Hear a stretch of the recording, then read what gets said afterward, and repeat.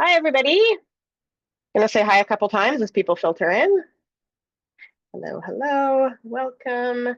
Welcome, everybody. I see people filtering in as I've gotten the webinar started. I'm going to give it just a few more seconds. We've got a lot to get through today. So I do want to get started as soon as possible. So we'll get started, I think, and then people will filter in as they join. Okay, looking good, looking good. All right, I think let's get started and allow people to continue to come in as we go through this. So thank you so much, first of all, for everyone joining on a Sunday of kind of a weird long weekend, a quasi-long weekend. My name is Maytal Kowalski. For those that don't know me, I'm the Executive Director of JSpaceCanada. And for those that don't know much about JSpaceCanada, our vision is a future of self-determination and sovereignty for Jews and Palestinians in Israel-Palestine, championed by Canadian Jews. We aim to shift the conversation around Israel-Palestine from our political institutions to our Shabbat tables. Before we proceed any further, I'm going to acknowledge that this event is taking place on the ancestral homelands of Indigenous peoples across Canada, caretakers and stewards of this land for time immemorial, each with their own unique traditions, languages, and history. I personally am currently speaking to you from the traditional unceded territory of the Musqueam, Squamish, and Tsleil-Waututh people, also known as Vancouver, British Columbia.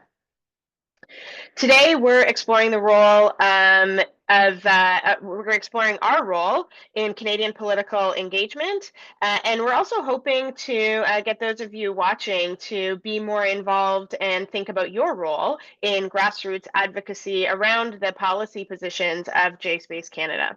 So we're going to dig into some voting trends of the Canadian Jewish community specifically. We're going to break down post-election dynamics, and we're going to have a real honest conversation about the barriers that many face in terms of getting involved in Canadian politics, whether it's in terms of running for office or doing your own advocacy and doing your own outreach just as a concerned citizen about a whole myriad of issues. So we're going to really be focusing on how each of us can make an impact as individuals and as a community. After I go through a few things off the top, we are going to be joined by the Honourable former Member of Parliament and Minister of Mental Health and Addictions, Yara Sachs.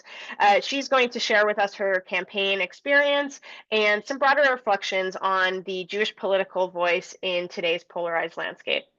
And another thing is that throughout the webinar, we're going to invite you to share some of your thoughts through our Q&A, which you'll see at the bottom. You can put, you don't have to, we're not going to have a formal like Q&A period at the end. So as questions come up for you, feel free to enter those into the Q&A box, and I will try to weave those into our conversation. And we're going to be doing some polls as well, so keep an eye out. Those will pop up on your screen, and we'll just ask you to answer those within a few seconds.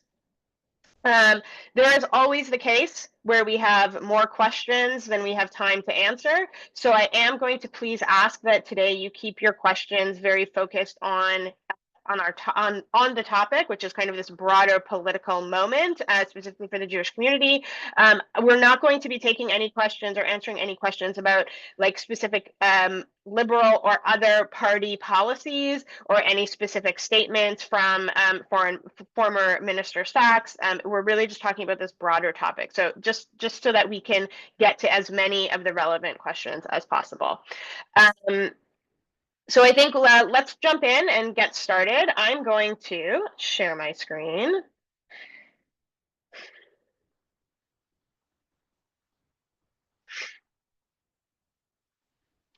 Okay, so hopefully everyone can see this here.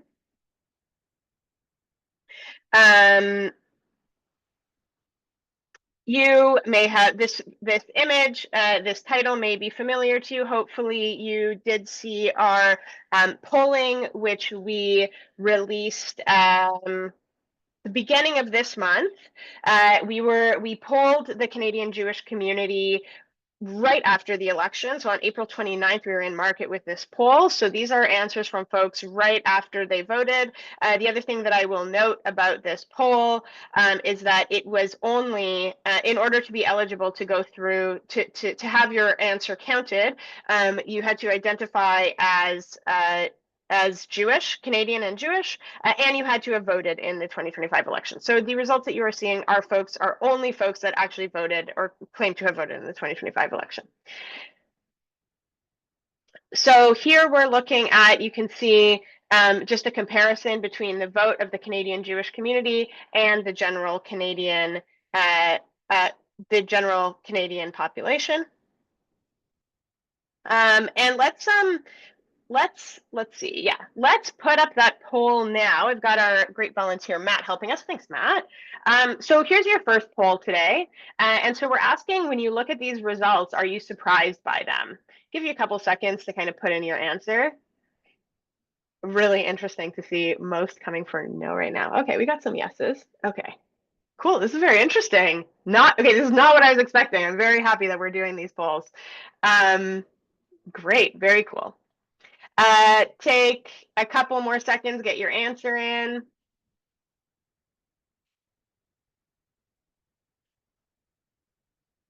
All right. Excellent. Great, thanks. So if we can, Matt, do you want to share those results out for folks to take a peek at?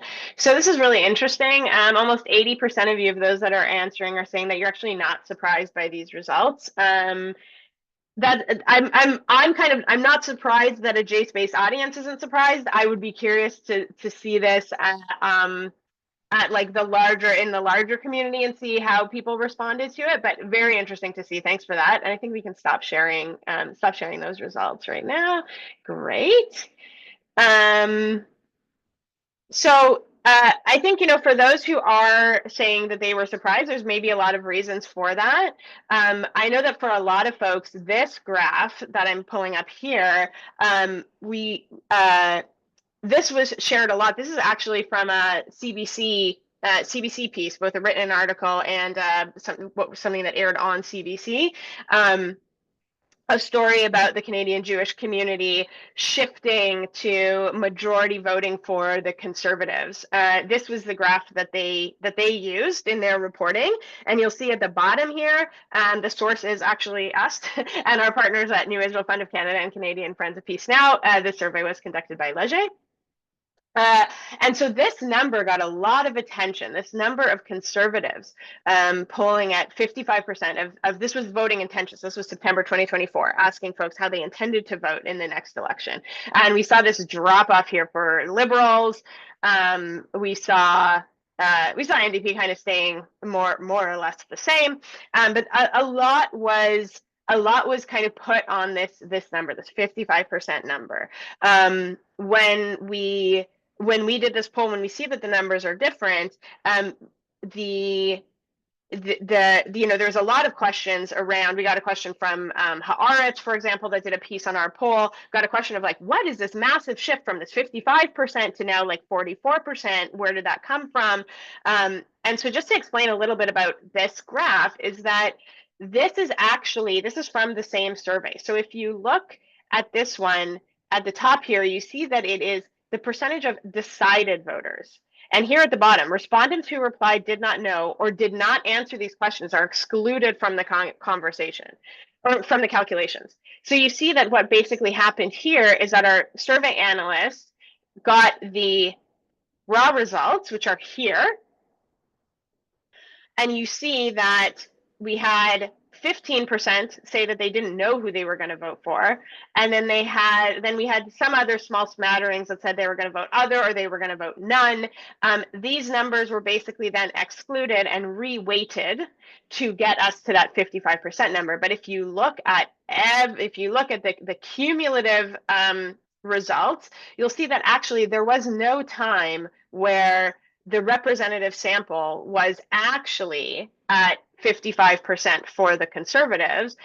This was probably the highest, right? This is the height of kind of pressure on Trudeau to resign, discussions around anti-Semitism.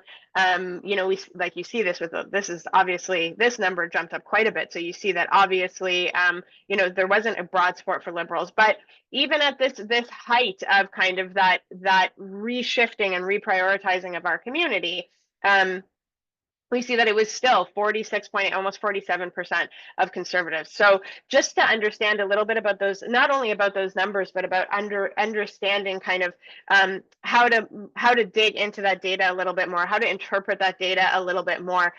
We know that obviously the media is also kind of looking for what's a great story here, saying, oh, support for conservatives is kind of hovering around where it's always been, isn't as much of a story as, this mass exodus kind of story, which is what we heard. And so if we go to, actually, you know what, before we go to that, let's get another poll up here. If we can go to question number 2. We're asking if leading up to the election, did you find yourself not sharing your voting intention or political leanings in certain situations? So you can answer yes or no to that. And if you answer yes, there's this other question next, which is, if yes, where were you most likely to keep your voting intentions or political leanings to yourself? Was it with family, with friends, in synagogue, maybe some other Jewish spaces, JCC, your kids' summer camps, stuff like that? Let's keep this up for, because there's 2 questions here. Let's keep it up for till about a minute. So we're at 40 seconds now. So you've got another 20 seconds, 18 seconds to be answering this. Okay, really interesting answers here as well. A lot of folks still being vocal about their voting intention. That's great to hear. Very important. Part of what we're discussing today. Okay, 3, 2, 1. All right, let's end that poll and we can share those results. So for folks who, yeah, really interesting here. I mean, I guess this isn't really surprising. A real balance again for folks who were saying that they were likely to keep voting intention or political leanings to themselves. There's a balance there. It's a small sample, but balancing out kind of nicely in terms of if it's family, friends, synagogue, other Jewish spaces. Okay, so we can stop sharing that one. Great. So part of that is, and I think that part of the reason sometimes where these narratives get a little bit, where we're trying to figure out where we fall in the narrative, or we try to figure out what is this kind of dominant voice. I think that this is really interesting to look at as well. Vote by denomination. I think that even if we believe that we're getting our information from a wide range of sources, the reality is that most of us are still operating in some way or another within our own echo chambers. So when we talk about what we perceive to be the majority opinion in the Jewish community, or what we think is likely to happen politically, it's really hard to not have that be shaped by specific circles that we're a part of. And so we kind of see it here. Like if you look at, I think like this one is always really interesting to me. Folks who aren't necessarily identifying with a denomination, but are identifying as Jewish, and they're saying just Jewish, you can see those numbers here on the far right. And the reason that this is interesting to me as a group is that, we do see this as a group that consistently leans kind of maybe more progressive or more left leaning, however you want to define it. But again, because oftentimes by not associating with a denomination or not being part of a certain denominational or organized Jewish space, it's maybe folks who aren't often in synagogues. They're not members of a synagogue. Maybe they're only going a couple times a year. Maybe they're not engaging as consistently or as much through like their local JCC or participating in federation programs. So it's still a very coherent political voice, but it's not necessarily an organized one. So when we talk about the communal narrative, and you see that in the media, obviously that CBC story, and there were others that talked about, this communal narrative and the Jewish community.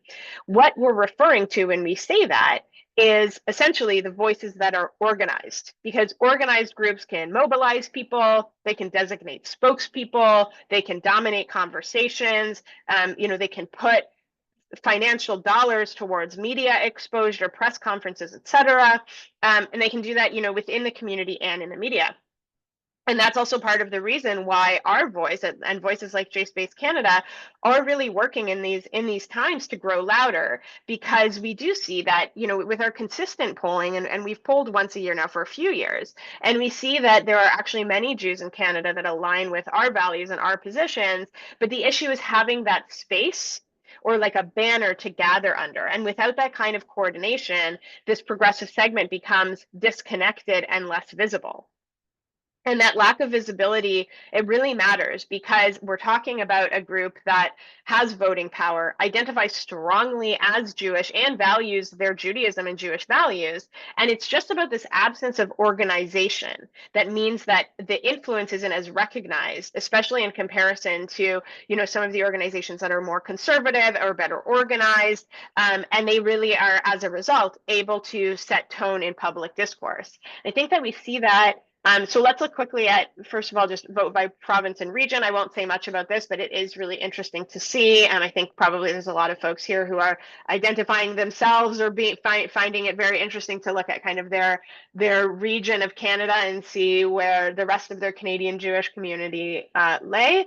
And again, this I'll send this out, and hopefully everyone's seen this, but this is all included in our report that you can access online. This is interesting as well. I think just the favorability of some key actors. So again, draw your own conclusions from this. I think that it's very interesting. This trended in Canada as well. It was very interesting to see that even folks that voted that maybe were are members of Conservative Party or voted for the Conservative Party, there still wasn't a lot of favorability specifically for Party Leader Pierre Poilievre. And then again, speaking about just those different organized voices, I think that this is really interesting too, to look at. So again, this is Canadian Jews who voted Liberal, Canadian Jews voted NDP, Canadian Jews voted Conservative, looking at what the top issues were. So in our survey, we presented the full number of the whole Canadian Jewish community that was polled. Here you can see it broken out a little bit by voting pattern. Not surprising that U.S. relations played obviously a huge role. That was obviously a new question that was asked just in this poll for the first time, because it was very, very nicely for us, not something that we had to think about before the election of Donald Trump. But obviously it became a much bigger issue, following January 2025. These are, I just want to go also quickly. I'm not going to talk or do an analysis of each policy position, but these ones are always ones that are really interesting. So I'm just going to go through them just all in one go, share a few observations, and then we can move forward from there. But, I think that it's very interesting. Again, in our polling, we continue to see that the Canadian Jewish community supports, you could say this is half, or 47.7, if you want to say that it's a large plurality, you could say that. But I think, we continuously see that essentially a two-state solution, which is what this wording refers to. Two-state solution is still the preferred option for the best resolution to the Israeli-Palestinian conflict. Support for a binational one state still remains quite low at 10%. It is very interesting to see that there's 21% of our community that they don't quite know. I'm going to go through this really quickly. We won't go through all the numbers, but just kind of the questions that are being asked here. Because what we asked is, we presented a variety of policy initiatives that have been discussed for the next Canadian Prime Minister to concerning the Israeli-Palestinian conflict, and then do you support or oppose these initiatives? So, we see highest is applying pressure on both Israelis and Palestinians to adopt a meaningful peace process. Same high support for supporting joint Israeli-Palestinian civil society initiatives. Still some high support, though you see that it breaks quite differently along party lines here, for sanctions on Jewish settlers in the occupied West Bank who engage in acts of vigilante violence against Palestinian civilians. Same thing here, a bit more of a break when we talk about economic sanctions, which we know that this did just recently happen. On far-right ministers such as Itamar Ben-Gvir and B'Tzalel Smotrich, who have aided Jewish settlers who commit violent attacks against Palestinians in the occupied West Bank. Questions around this is arms embargo, two-way arms embargo, less support for, definitely less support across the board for this one. This is one of the least popular policy considerations. Formally recognizing a Palestinian state, also not super popular. It really breaks out quite substantially among voting intentions here.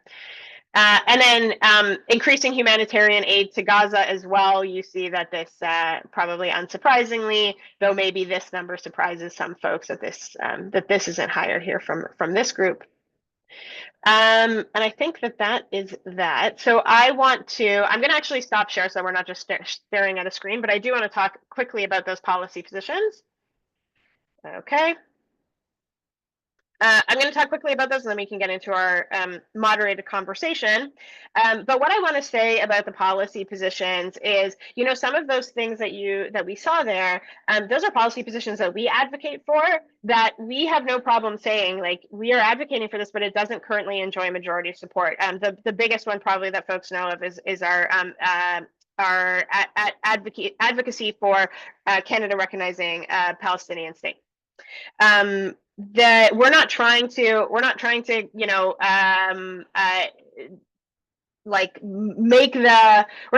ask these questions in a clever way to get people to answer the way that we want to, because that is not helpful to what we are trying to do. Because I think what often gets lost in politics and community advocacy work, is we're not trying to spin the numbers, like I said. We're sharing the data, because we believe that leadership isn't just about reflecting where people are.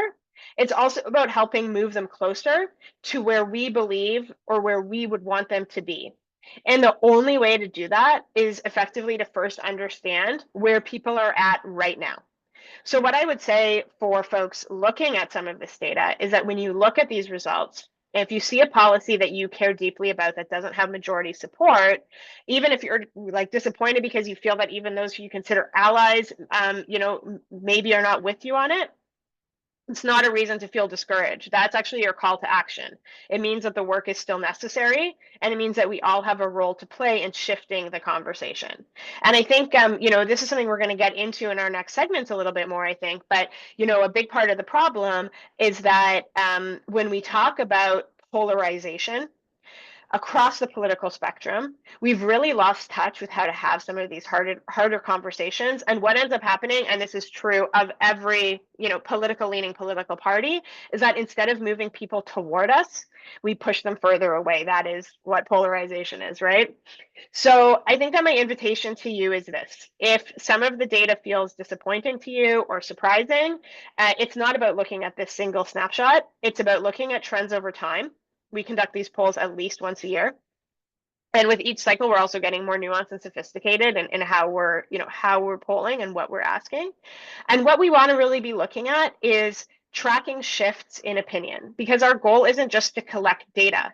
It's to actually see movement and to be catalysts of that movement. And when we start to see that shift, and we start to see that more people are aligning with the values or the positions that we advocate for, that's how we know that our work is making a difference. And the best way to do that work is together with all of you. So let me use that opportunity to bring in our guest today. Matt, if you could just help me out here with that, if we can get former Minister Yaara Sachs joining us, and then I will just go back to calling her Yaara. There she is. Hi. Hi, good afternoon from Toronto. Good morning from Vancouver. How are you? I am great. How are you? I'm doing really well. Thank you so much for joining us. I will try to monitor, like I said earlier, I will try to monitor the Q&A as we're talking. So if other stuff comes up, kind of be able to weave it into the conversation. But let's, again, for folks putting your questions in the Q&A, let's kind of stay focused on what we're talking about today. So I think we're going to start kind of broadly and then narrow in a little bit more. I'm going to ask you a pretty open-ended question, answer however you would like to answer. Can you share your reflections on the election from both a campaign and parliamentary perspective? Sure. So, going into this campaign, it was a wild period of time, as your own polling showed. If we look at where the polls were in December 2024 and where we landed at the beginning of the election, when the writ was dropped in late March 2025, there had been a massive swing in the polls. Of course, the two main factors being the new leader of the Liberal Party of Canada, Prime Minister Mark Carney, and Donald Trump. So when you look at those in terms of the national landscape going into the election, the ballot question had changed, because the ballot question was no longer on the performance of the Trudeau government and the Trudeau administration. The ballot question is, who do we need to lead us to keep Canada holding the center in a time of global turbulence and in a time where there were so many unanswered questions in how we were going to navigate this new environment with our largest trading partner and neighbor to the south. And so interestingly, it became an economic existential threat for many Canadians across the country, including Canadian Jews, where the hyper-focus since October 7th had been focused on what I like to coin the adjacent trauma of the Jewish community in relation to what they were witnessing in Israel and the war, and the deep connections that, we have one of the largest diaspora communities in the world here in Canada, and one of the most active, actually, from across the spectrum. So the ballot question had fundamentally changed, because as opposed to looking at the present moment of what were threats, whether they were anti-Semitism here at home or what was happening in terms vis-a-vis the war overseas, suddenly people were starting to have to again look at, what will my economic survivability be in a new environment vis-a-vis the US in the face of tariffs, whether you were a small business owner, whether you were an employee in a larger system. So the questions started to change for the larger Canadian populace and within the Jewish community to a degree. And I say to a degree because they were still preoccupied. Questions that came to me during the campaign from those who wanted to engage with me were either focused on anti-Semitism here at home, of how domestically we were going to address that issue, and also, would Mark Carney be a friend to Israel? Are we really sure? Can we trust him? Can we trust him to understand? And less so about questions like we saw in the polling of two-state solution or UNRWA or this, but just like a core value question of, will Mark Carney be a friend to Israel? Will Mark Carney understand that allied relationship that has endured 70 plus years? And even in some cases asked me if he was prepared to repair it. So the shift had changed in that sense of, they wanted to see that there would be an alignment with Mark Carney, with the Jewish community, both on the domestic issues, but also an openness to, which was a perceived lack of openness of the Trudeau administration with the Netanyahu government. So that was going into the election. In my unique riding, when we look at the polling of the 905 and what happened in the post-mortem of the election, folks asked me, did you lose because of the Jewish vote? And the answer was no. It wasn't primarily the Jewish vote. It did move the needle somewhat, but in this particular riding, the Jewish vote had traditionally been about a 60-40, so 60 conservative, 40 liberal. So there was a move to the needle, I would say, to more conservative. But the bigger question of where our vote share actually increased significantly in this election from 2021 overall, it was crime. It was crime. It was a deep concern, and which was true for the 905 overall. Crime and cost of living were bigger motivating factors for voters in New York Center than the Jewish vote. So, which is reflected in your polling as well, and when you look at it that way. So I would say going into the campaign, that's what we saw, or coming out of it as well. But I would say the polarization that was in Parliament leading up to the election really weighed heavily on certainly on me, because what I was seeing increasingly, and I think we should open the floor to this here as we talk about it, is Karina Gould and I talk about this a lot, is that traditionally in Canada, Jews have voted Liberal. Jews felt they had a home in the Liberal Party of Canada. They felt they had place there. And one of the questions that we were preoccupied with was, how do we ensure that Jewish community members still feel that the Liberal Party is a home for them to be a part of, when the Conservative narrative was, it's absolutely not the only home for you is in the Conservative Party of Canada.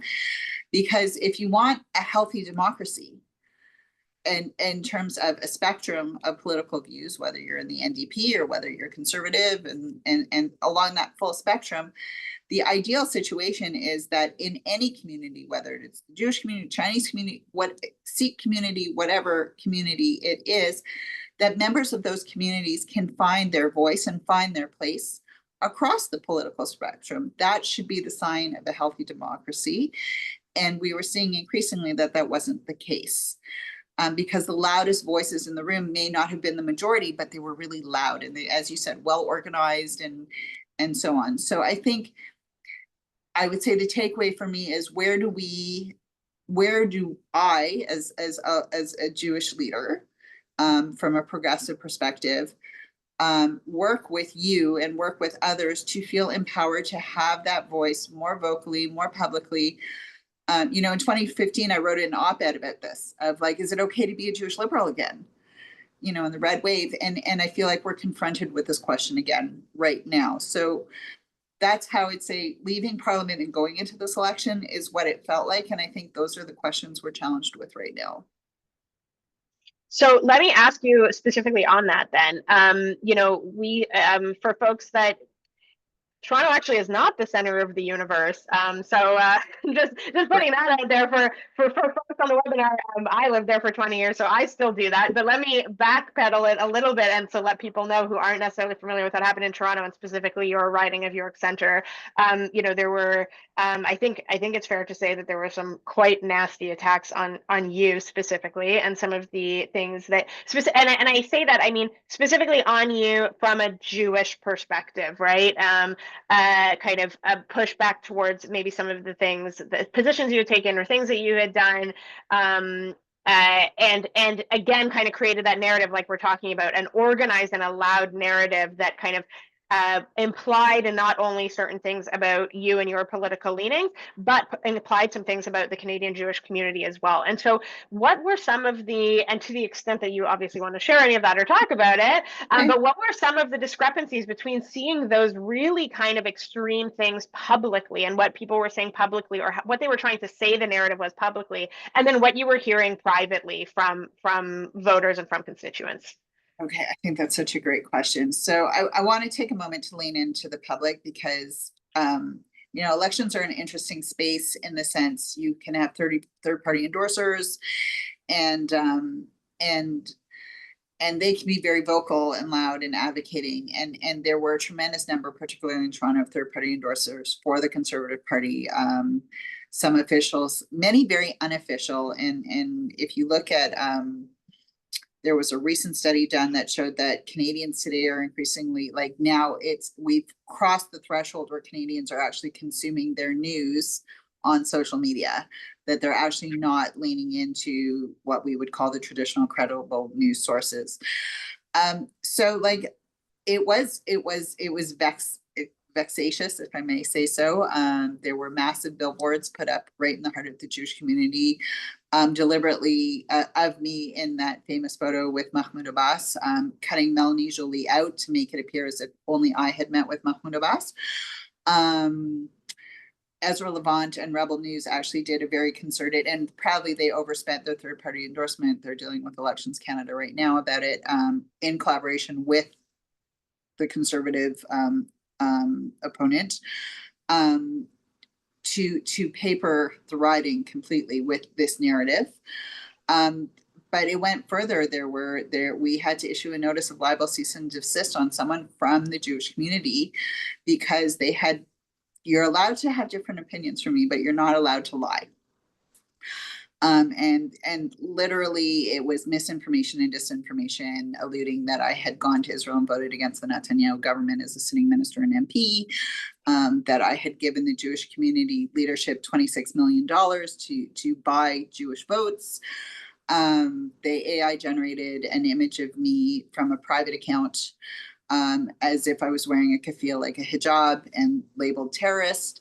So like it went to a level that was really stirring the pot and stirring the pot and stirring the pot. It incensed people online. Online is a weird space. People get emotional. And that did translate to a certain segment physically. And when I say physically, we had volunteers at doors who had to start wearing body cams and recording conversations because they were either threatening me or threatening them. Wow. Wow. We had someone show up at my front door twice, which meant that they had access to my address somehow, banging on the door and screaming threats when my children were home.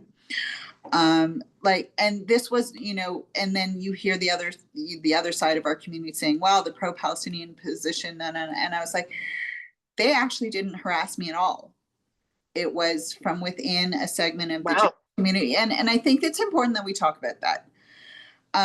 Because where does leadership come in saying that we need a healthy democracy and we need to be able to hear each other.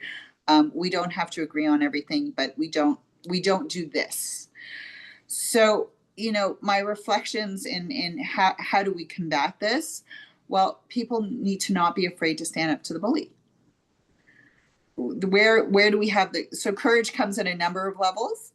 The courage to hold the positions that you hold, the courage to speak up, and the courage to be consistent in speaking up and showing allyship in not necessarily a political position, but in allyship in that healthy political discourse should look like this and not like this. That's what I would say I would share from the personal experience of going through this. I worry deeply of the permission that was given to this kind of vilification. And, for the progressives who are here on this call, you've been called, just like me, a traitor, a Nazi, a capo, the list goes on and on. This should actually come from even mainstream Jewish leadership of saying this level of language is unacceptable. That we do not, we are responsible for each other. We need to see each other. And the fact that the Conservative Party was prepared to have this out there and also not stand up to it, to create safe spaces for political disagreement, is something that I saw in the House. I was called a terrorist a number of times in the House, and that translated into the election. And I think that's something that we have to look at and say, well, where can I be where and this is exactly the conversation today. Where can we anchor this conversation? I went into politics 5 years ago with no hidden agenda. I was very clear going into politics that I was a Jewish progressive, that I was very clear on my positions. They never changed over the 5 years that I was in Parliament. And we moved the needle of having the Jewish progressive voice in Parliament. Maytal, you've been a committee. We've had JSpace, Newsreel Fund, others as part of the conversations with foreign affairs ministers and roundtables, because I believe that robust lens is important. And we've accomplished that. But I guess the question I would put to all of us now is, now that I have carved out that space for us, as part of the spectrum of Jewish voices, what do we do with it? How do we harness it? because just because I lost my seat doesn't mean that we lose that opportunity.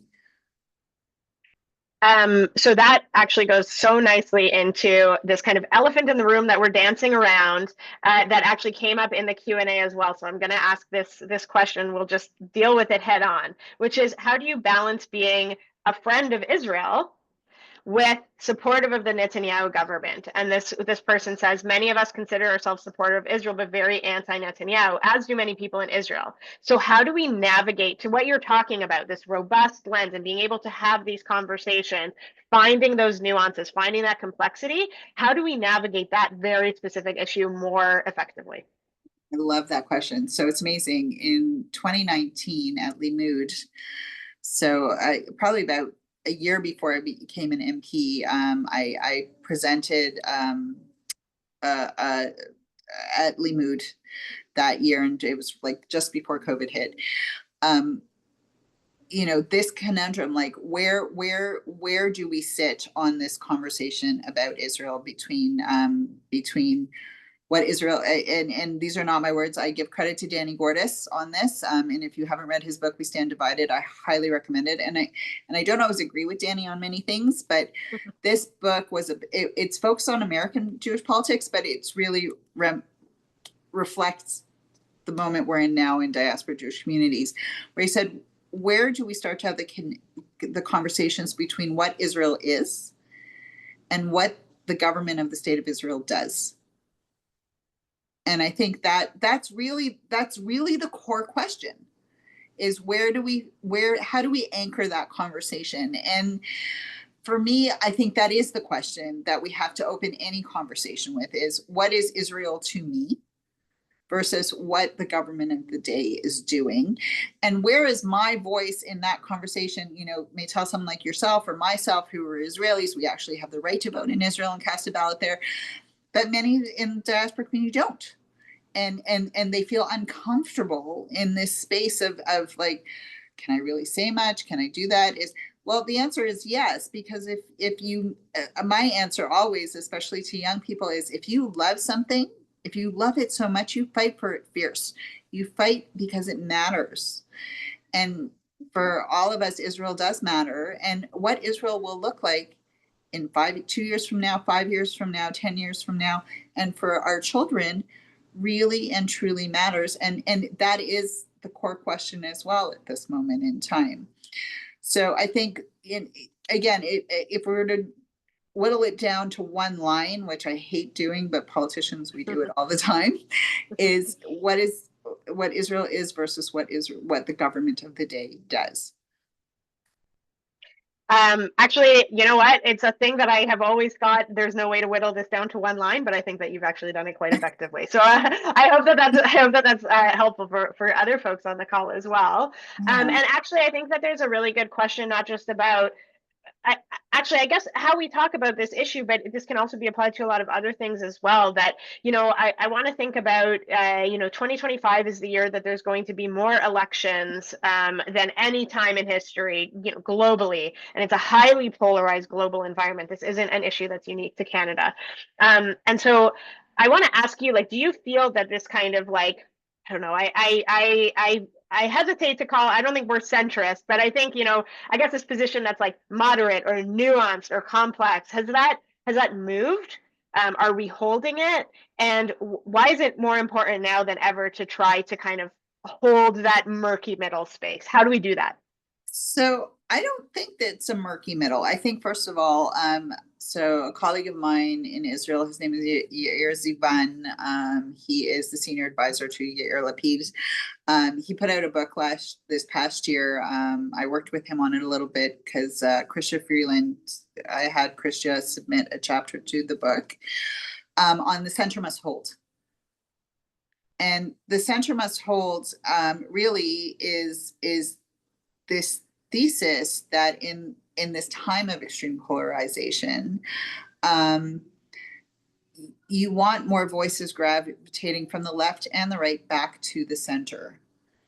so that there is that nuance, there is that granularity. We're not going to agree on everything, but the core principles, once they are centrist and in place, and a place where we can all kind of settle in our hearts and feel like I am at home here, is critically important. And if we go back to what I mentioned earlier, you know, mine and Karina's lamentations of how does the Jewish community find itself, or members of the Jewish community find a home back in the Liberal Party of Canada. It is about finding that center place where the center does hold. So what is the question is, what does the center look like? Like, what does the center mean? And I think there's this beautiful dovetail, and you know, when we're talking about Canadian politics and our relationship with Israel and Israeli politics, it brings us back to charter values and the Declaration of Independence in Israel. Because if you hold these two really enshrined and important documents up, their values are there and they are centrist, and they are the key components of what a healthy democracy looks like. And we're seeing shifts all over the place. Look what happened in Poland. Poland went one way and now it's coming back. Obviously, the United States is deeply concerning to everyone with what's happening there. But Canada is holding that line in many ways, and in other ways, it's being tested. So here in Toronto today, it's Pride Day, as it is everywhere today across Canada. But the Pride March is happening in Toronto today, right now. And all the key corporate banks have pulled out. They haven't pulled their support from Pride, but they've pulled their teams out of the march today. Why? In fear of the BDS protests that are happening today during Pride Parade. And in my conversations with many of them across the spectrum, from TD to BMO and others who were involved in making this collective decision, I said, I want you to think about this twofold.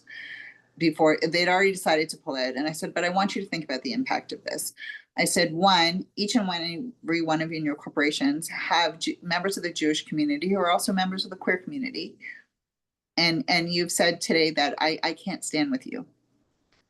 That's what you've said. I said, whether you agree with BDS or you disagree with BDS, you have said about a core issue that is a key value of Canadian life, of openness to gay marriage, advocacy and protection of trans rights. We just saw Alberta got shot down for its moves that it wanted to make by our judicial system. We have a healthy democracy here, but it's only as healthy as those who stand up for it and the key values that are a part of it. And it gets murky when we start pulling on different pieces of the puzzle, like inserting BDS into Pride parades. We as Canadian Jews, we need to hold clear on our values and the things that matter to us. And what I say is, when I hear from those on the right, particularly in the Jewish community, about the double standard when it comes to Israel, I said, but why do you allow a double standard of not holding Israel to the same standards of the values that you hold so dear here? It works. It's a two-way street. And when we start to define the relationship that way and look at it from a place of hope and also from a place of courage, like those are two key things. You know, I worked for Ehud Olmert for many, many years, and he's still my mentor and friend. And we had a long conversation about this about a month ago, about what does this moment require? And he said it requires two things: to courage to do the things that are unexpected or that are unpopular, and the courage to hold hope when others feel that it's hopeless. And really, that's where we're at right now in terms of and I think both of those things are true to holding the center, if we're going to circle back to what centrist means this time, at least certainly from the way I'm navigating this political environment that we're in, and being authentic to yourself too and your values. So let's actually talk specifically about that when it comes to folks getting engaged politically. So I want to put up a poll here. Yeah, so let's do this poll. So just first of all, quickly out of curiosity, for folks that are answering, do you know who your member of parliament is right now? Let's give this like 30 seconds, maybe even less.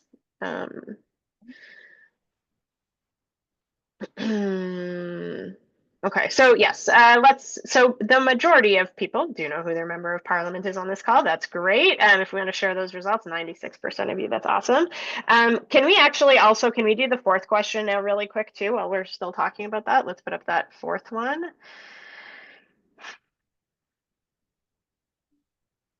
Which is, have you ever contacted your member of parliament about an issue that you care about? Uh, some folks have, some folks have not. So I have what to say about that. Lots to say about that. So you know what? Let's jump in on that, Yara. Just start. What is this like? Let's let the answers filter for another 5 seconds, and you start saying, kind of what you think about this as you're seeing this come up. So I want to share with all of you of who I received emails from and who I didn't receive as many emails from. So if we look at the poll results from post-election, I should have been hearing from more Jewish progressives than I did. Okay. And I certainly heard from CJ. I certainly heard from B'nai B'rith. And I certainly heard from many individuals on the right, who we call them our frequent flyers in the email inbox, but not from the left, not from the progressives, and not from the center left, or not from we saw more organization of JSpace Voices, and credit to JSpace for really starting to do those email campaigns. I think the conversation needs to change. And so in terms of, the advocacy that we would see, like, for example, one of the things I called CJ out about, it was like, you did lots of emails on UN votes and lots of email, all of it directed at me and Minister Jolie and so on, and Prime Minister Trudeau. But I didn't see, for example, in Ontario, an email campaign to Doug Downey, who's the Attorney General here, who had 30 plus cases on his docket of anti-Semitism arrests that had been done, that were moving forward. I didn't see, my counterpart, Michael Kersner, who's the Solicitor General here for the Doug Ford government. He didn't have email campaigns at him about policing. We have an opportunity in these email campaigns, like thanking Minister Jolie for a position or thanking me for a position. That's nice. But how can we harness those email campaigns for advocacy that also educates? And I think that's something that's actually quite missing from these conversations that we have with the mainstream, because to get someone to hit the button to hit send to their MP, they may feel a certain way or their values are in alignment, but they don't feel driven to say, yes, I'm going to do this. And so yes comes from when we all do this. Like, I'll say yes to something if, one, I see my friend or my neighbor doing it, and two, I'll say yes to something if I've had an aha or a light bulb moment about it. Where, like, as we say in Hebrew, we don't have them anymore, but nafala simon, like, for all of you who remember what asimons are, when the coin dropped, and is the loose translation of that. And I think we need more of that kind of advocacy, so that members of the Jewish community who are liberal leaning or progressive leaning, however you want to label yourselves, and that self-identification can get weird and gray at times. But when you see yourself reflected in that chain, because maybe you don't want to thank Melanie Jolie for so many things that she did, because some of it was uncomfortable for you. So it's like, I'm going to sit this one out.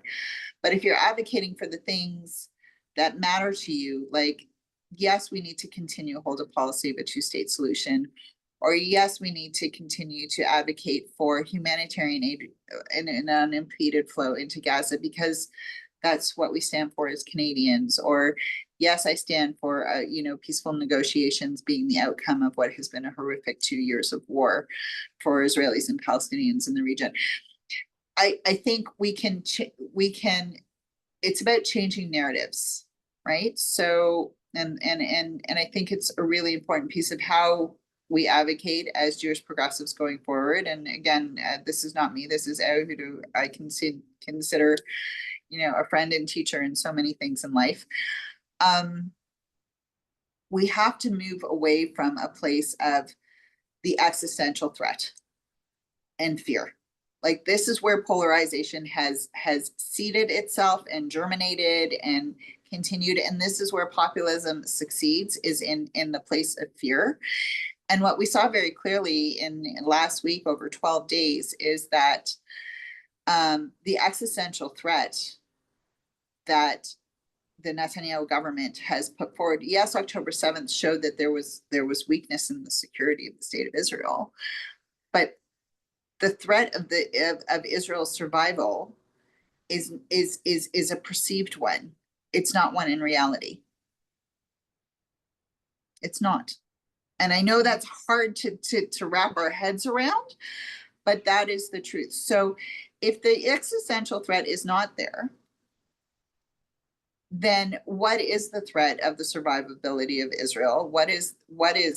It's deeper than that. It's that its democratic institutions and its judiciary are being dismantled in front of our eyes.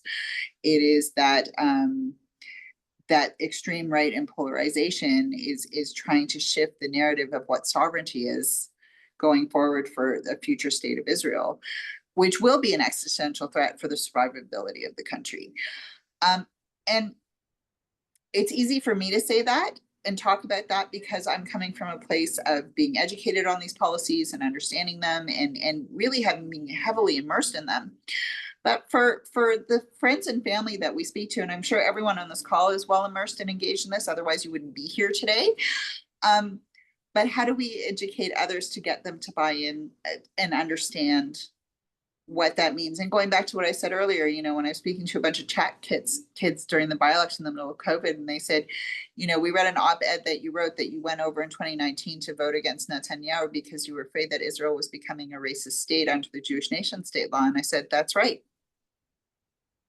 Because it will be. And just like you want your rights protected here as a Jewish individual in the face of anti-Semitism, why wouldn't you want Palestinian citizens of Israel or any other minority within the democratic country of the state of Israel to also have their rights enshrined and not be labeled as a group? Or have their language rights taken away. Imagine in Canada if we got rid of bilingualism, there would be an uproar. And yet Arabic is slowly being, diminished to special status where suddenly governments aren't accountable to provide translation services in hospitals or in municipal work or in government spaces or even in mainstream media. They're dismantling Khan right now as we speak. And what will that mean for Arabic language media access for citizens of Israel where Hebrew isn't their first language?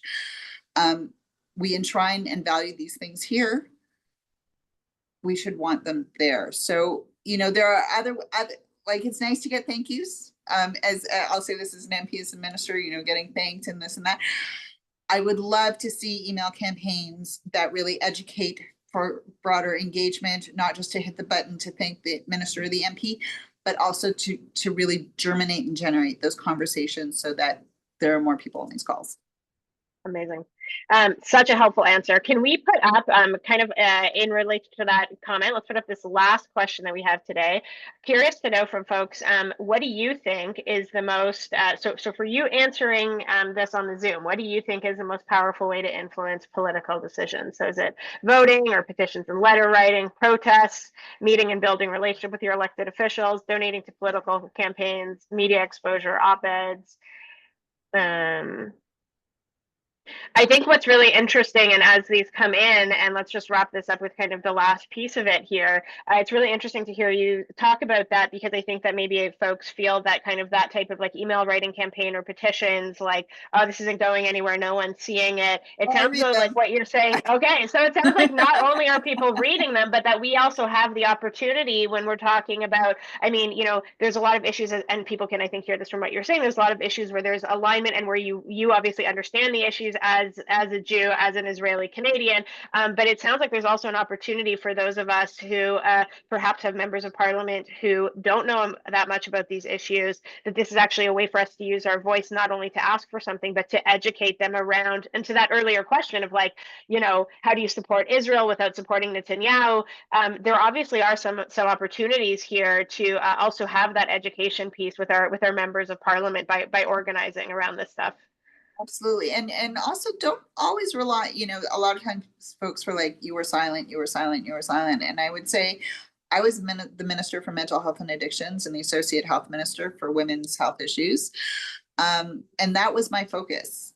I was thrown into an environment where I was also the unofficial minister of the Middle East on many things, but that wasn't for me to write the op-eds about, or to be, where it made sense. I participated and engaged. The famous trip to Israel and Ramallah with Minister Jolie was about agency, where, why would we cede our agency as a Jewish community to only have non-Jews advocating for us in our positions? Which was something that a lot of folks didn't think about. But you can be writing op-eds. They don't just have to be coming from me. You and not just you, Maytal, like you and your community, you can write an op-ed in your local shul newsletter. You can write an op-ed if you were a YJer in their newsletters. Like take the time to recognize that you have a voice. It can be an organized voice within a community. It can be broader, but also recognize that I was a Toronto MP, but I was also a federal cabinet minister. If you're in Vancouver and I'm the only person that's reflecting your views, reach out to me. Reach out and support those views more vocally. I will say, and I think this is heartening for people to hear as sort of a last thought on the screen, part of political life is you put your hand up and there's an inherent risk of winning or losing an election. And I say that as someone who again, I worked without Olmert for almost 13 years through many, many elections and many, many ups and downs of political life. But it was after the election of who wrote to me. And I will say there were members of the Jewish community who wrote to me who were sad that my seat was lost and that voice in Parliament was lost. But I will also say this, and I think it's important to understand the power of your voice as Jewish progressives.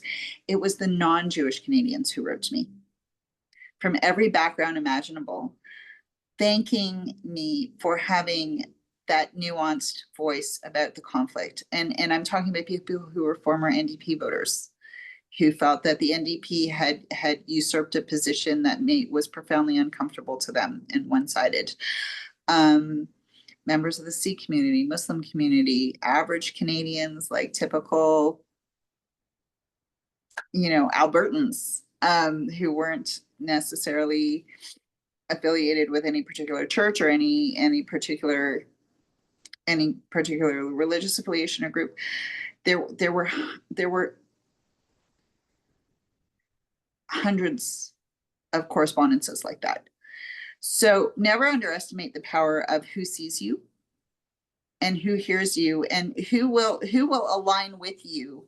We often think as Jewish progressives in the Jewish community, we're kind of like in this huddle, like we're this small group, but there are a lot of Canadians who align with us and the positions that we hold. And just like on the anti-Semitism front, we see this group stands with us and this group stands with us and this group stands with us.